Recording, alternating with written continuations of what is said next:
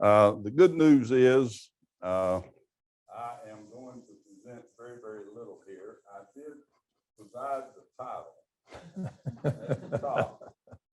And Bill and I have known since the early 1980s, and I believe at this point, Bill, I think I'm always learn more listening when I'm speaking anyway, and I'm still learning a good bit from him, and I have for a long time. But with someone with 61 years experience in the railroad industry, of his 88 years is quite impressive. And Bill has garnished a lot of information over those years, in my opinion, particularly as it relates to track and the ideal performance of track. So he had a subtitle here, An Academic and a Mechanic Look at the Ways to Overhaul Cross Ties. This is somewhat of a new concept that Bill called me about a year ago, almost to the day, with this idea. And let me move to the next slide, which will be my last slide. I guess I just hit up. Nope. What do I do? Oh, here, no wonder. I got it. And early on, our initial idea, particularly his, was to consider some sort of a asphalt-based coating, a mixture of rubber coating, probably a finely graded aggregate that could be applied to the bottom of concrete ties. But a lot of work has been done in that area. You just heard one on pads. So we also decided that maybe wood ties, the projected life and or performance could be improved, and so that the tie would perform better for a longer period of time. Maybe have some positive influence on the ballast life as well as the tie life. And maybe we should look at that too, in addition to concrete. So that's sort of wagging the dog now is the second one. But with that, I'll present to you Bill, and he will take it from here. Yeah, that's I've got a green, yeah, your own business. this is one of these is a pointer. Okay. We'll figure it out. Is it the arrow keys that do this? Good afternoon. Let me make sure. I thought that in this academic grouping, have a mechanic, an ex-working mechanic in it might take away some from having to see equations and numbers. I'm not going to give you equations and numbers. So you'll have to put up with just what I would call policy matters. Incidentally, the PSD after my name is not a degree. That was my colleagues over years gave me that sobriquet. It stands for professional stuff disturber, and I've sort of been like that all my life. So that's how come I got into this thing and why I'm still standing up here at my age. But I've always approached design. As Arthur kindly mentioned, I worked for Kershaw Manufacturing. I designed maintenance of way equipment. And I knew nothing about the railroad when I went to work for Kershaw.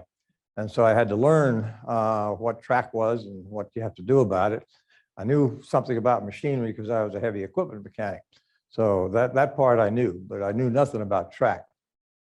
But a good mechanic approaches a problem based on these three things. You can read them for yourselves. I think they're big enough to read, aren't they? Okay. We concentrate on that last one. And Jerry and I think that we need to apply that last one, concentrate on the wood tie. And that's because there are roughly 1 billion wood ties in track, or over 1 billion actually in North America. And there's probably going to be a considerable number of wood ties for a whole lot of years. There's been a tremendous amount of effort spent, a lot of it exhibited in the last day and a half here, or day and 2/3 here, on concrete ties.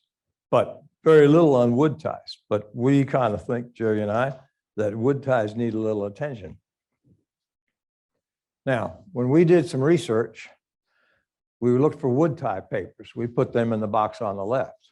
We were also researching concrete, and we actually filled the box on the right with some overflow. So, and there's been some more added here today, okay? So there's a bit of disproportion there, I think. All right. Now, when I went to work for Kershaw, as I say, I knew nothing about track.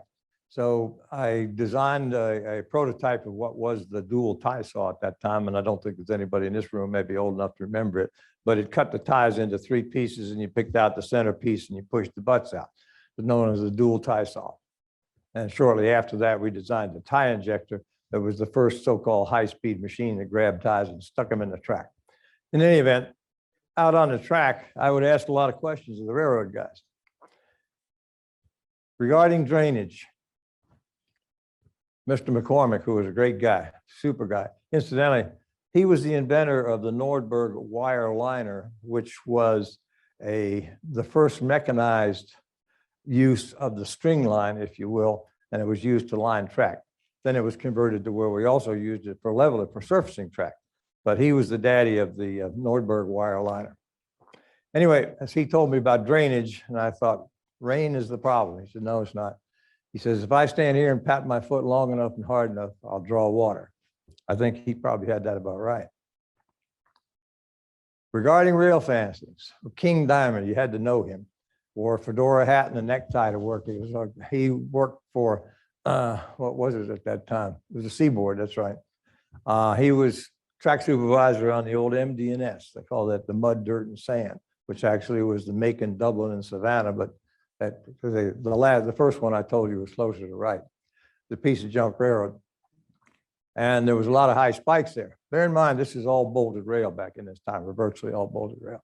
Said those spikes are only there to hold the rails until the train comes. And I've always remembered that. I think he had that one about right. And I think the best one, actually, the fellow who told me this was the crank hand. The tie gang foreman that we were working with, we were testing a machine on the ACL near Homerville, Georgia, that he was actually the crank hand because the foreman, Mr. Higginbottom, still had a M5 motor car, and he had a crank hand that went with him. This dates back a ways. And so we were standing by the bridge. Actually, we were passing trains.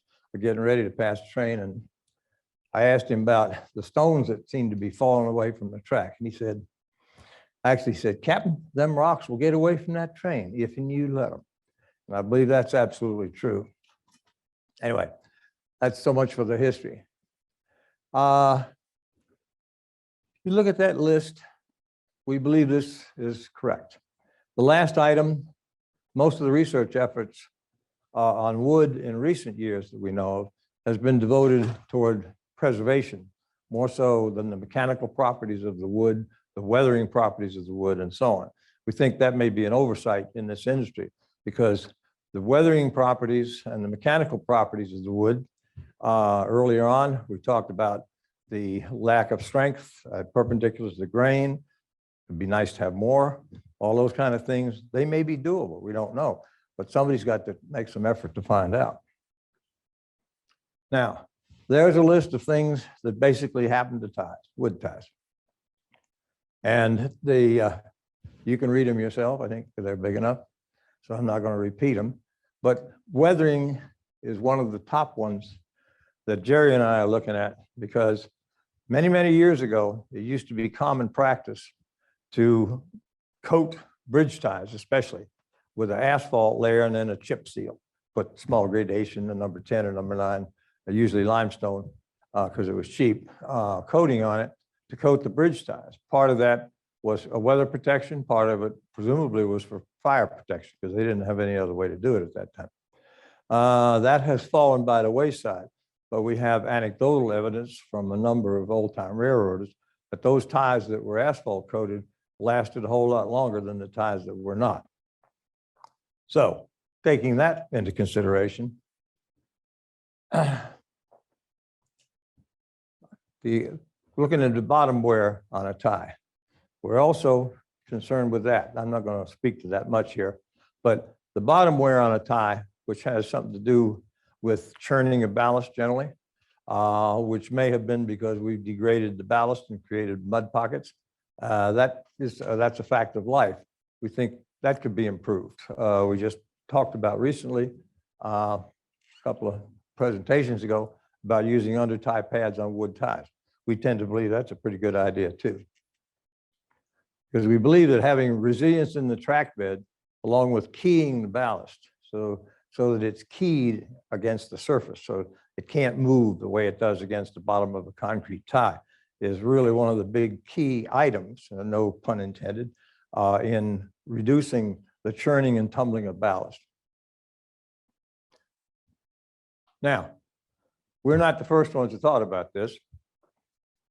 Starting in 1929, Charlie Code, who was engineer standards on the PRR years ago, and I knew Charlie. And those of you who might know Al Shaw, Al worked in the lab for Charlie Code for a number of years at the PRR, Altoona. They were trying to find a better way to fasten the tie plates to the ties.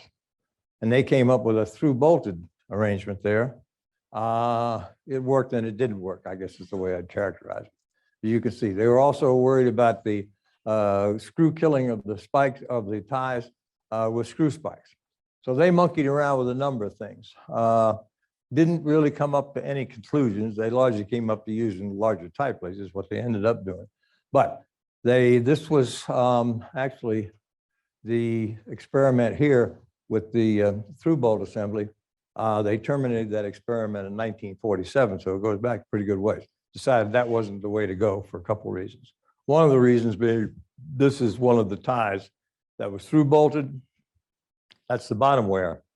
That's after 17 years service. They didn't think that was very good. Obviously, they had a ballast problem in addition to a tie problem.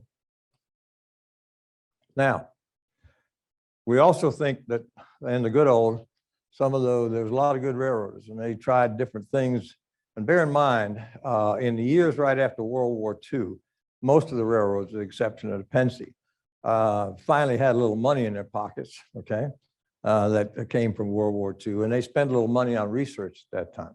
That money ran out later on in the 50s, but they did a few things during that time.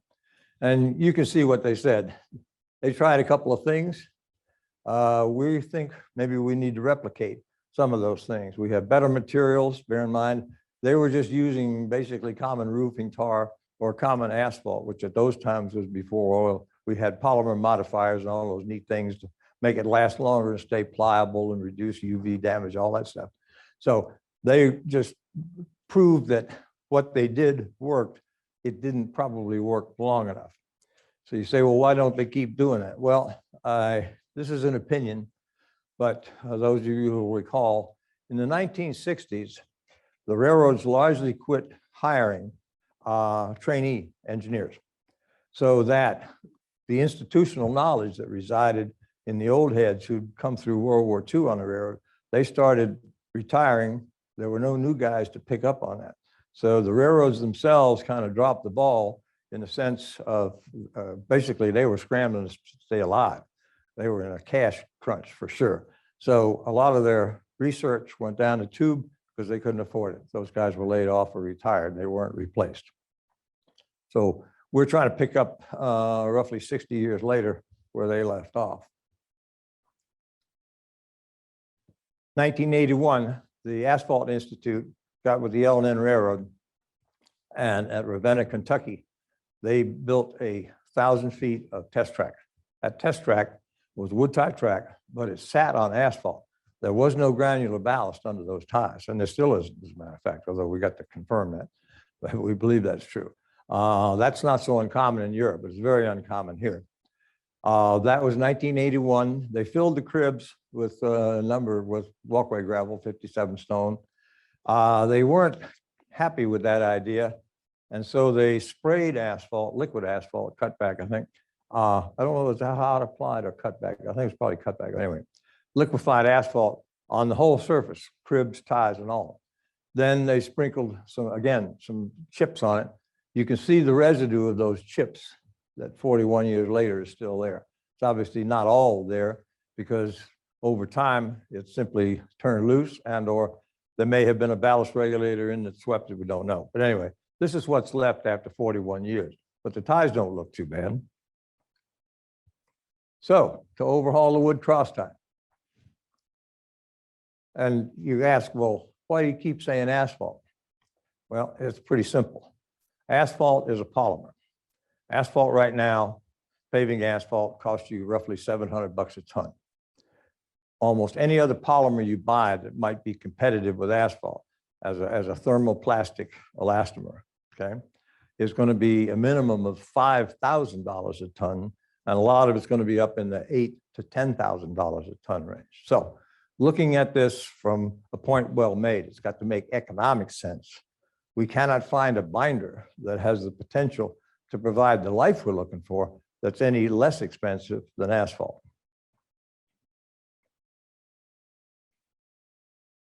All right. Our first step is to provide a roof for the ties. I can't tell you what that roof is going to look like for sure, except it's probably going to have some asphalt in it. But we think that waterproofing the top of the tie makes a whole lot of sense. It may also make sense to waterproof the tie plate area to reduce any tendency for crevice corrosion. And it may help to reinforce that area so that you have less potential for crushing. And again, back to the crevice corrosion question, tried to research that. And it's kind of one of those things of nobody really knows whether it's a significant factor or not. It used to be back in the days of brine refrigeration. Okay. We don't have brine refrigeration anymore, but we do have some decay that's related to the rust of the tie plates and the rust on the spikes. And we don't really know how much of these, at least I don't. And so we want to get into these things. And item 2, provide the better securement of the tie plates. We think that something we may be able to do with the roof we put on the tie is to strengthen the upper fibers to increase the compressive modulus perpendicular to the grain, which would be a potentially good thing to do, I think, regarding spike breakage and those kind of things.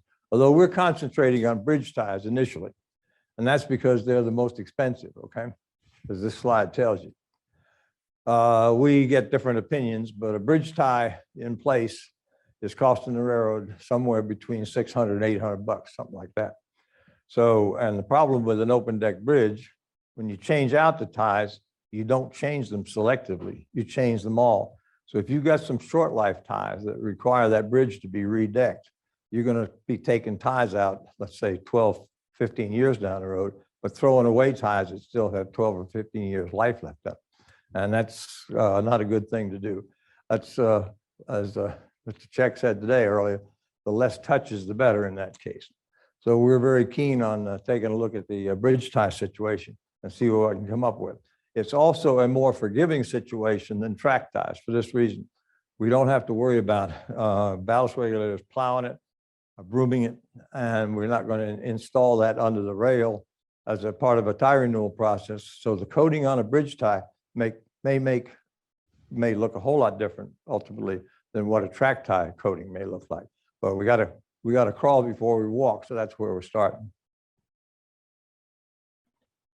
On the bottom, I'll make this brief because the right now we have some testing going on, which Ramez Hodge is going to speak to in the next session. A coating for the bottom of the ties, which is essentially glue under tie pad made of asphalt, small gradation gravel, and rubber.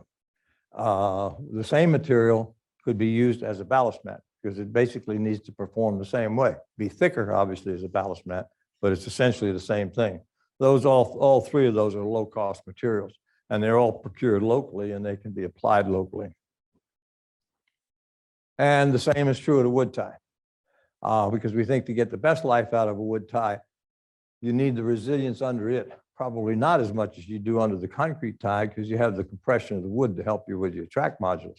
But the point is, the bottom of that tie takes a beating, and that tie also beats on the ballast. If we can avoid beating up the ballast, we're going to make ourselves happier all the way down the road as far as tie life is concerned, geometry life, and ballast life is concerned.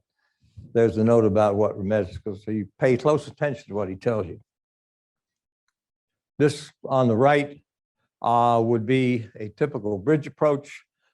Could be on a transit property, probably with a thicker layer of our RAC, we call rubberized asphalt coating RAC, primarily for vibration control. It would also tend to give them longer track geometry and ballast life, but the main aim of that, likely on transit, is going to be for vibration control. Same way they use ballast mat now. And going back again to the old seaboard, they had miles and miles of ties that had I think the name was Texacoat, never been able to verify that, but essentially it was roofing tar, and they glued the tie plates to them. That was largely driven by several problems. One, the lines that ran through what called the potash part of Florida, northwestern Florida, was curvy like a coal branch to a large degree. Those weren't straight runs down there. So they had real issues with spike cutting and gauge widening derailments. So they glued the plates on. And the reason I know is when we were testing that tie saw I'm talking about, and we took that centerpiece of wood out, and then we tried to push the butts out with those plates on there. All we did was spread gauge. We couldn't push them out. So it really stuck them on there. But that may be worth some consideration on the broken spike phenomenon as well.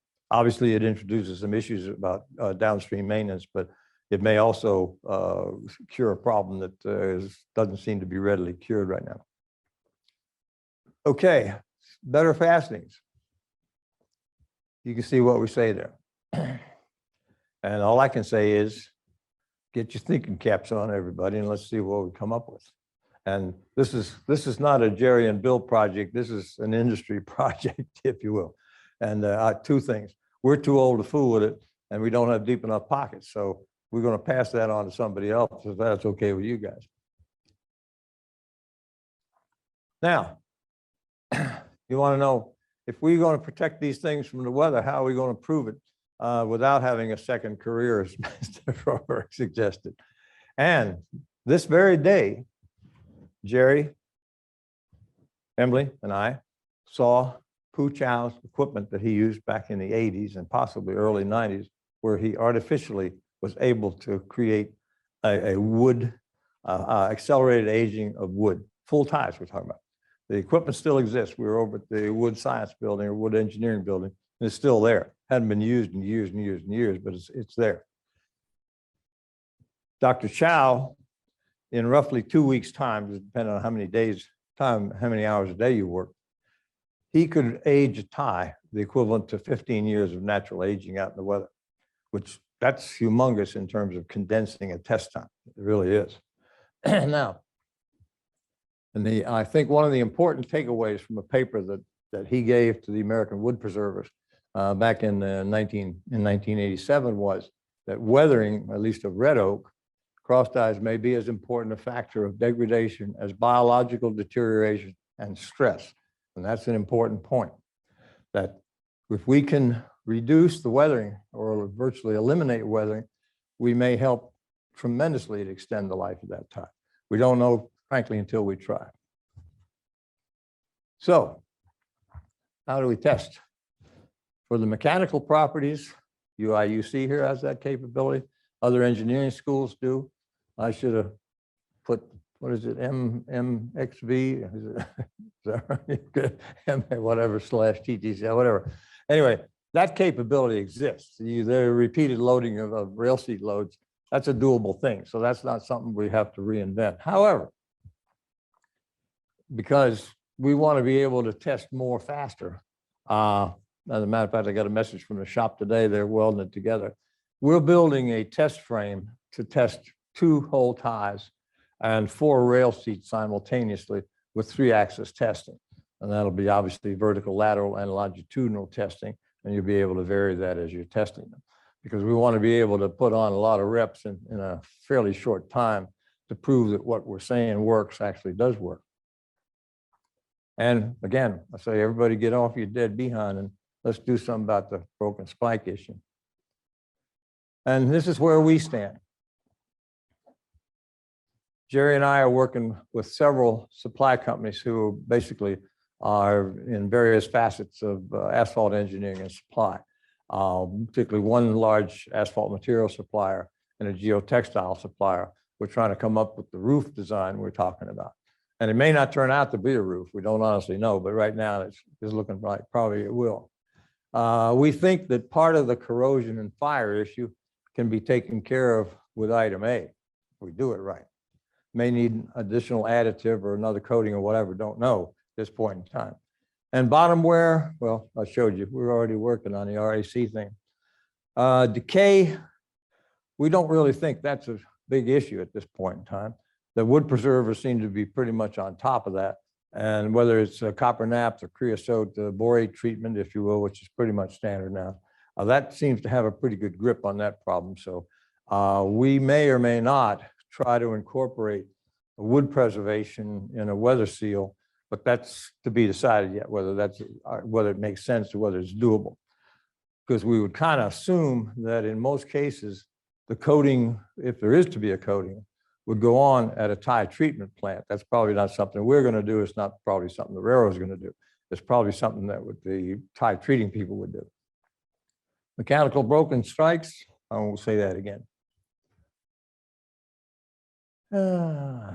Jerry and I, we're just going to keep on keeping on because we don't know any better.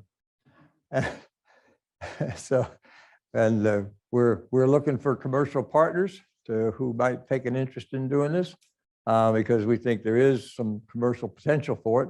And it's obviously at our stage of life, we're not really ready to start a business. So, and we're hoping that the railroad industry is going to jump on that broken spike problem. We thank you. Thank you to the University of Illinois for asking us to talk, and we'll be happy to answer any questions you got.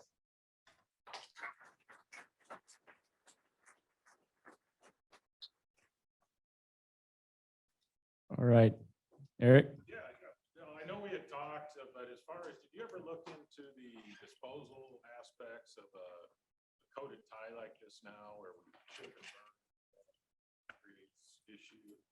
Yeah, let me say this. We devoted some thought to it. And depending on how many surfaces are coated, it wouldn't be impossible to set up a mechanized removal process to strip that stuff off the top of it if you're going to sell it for fuel.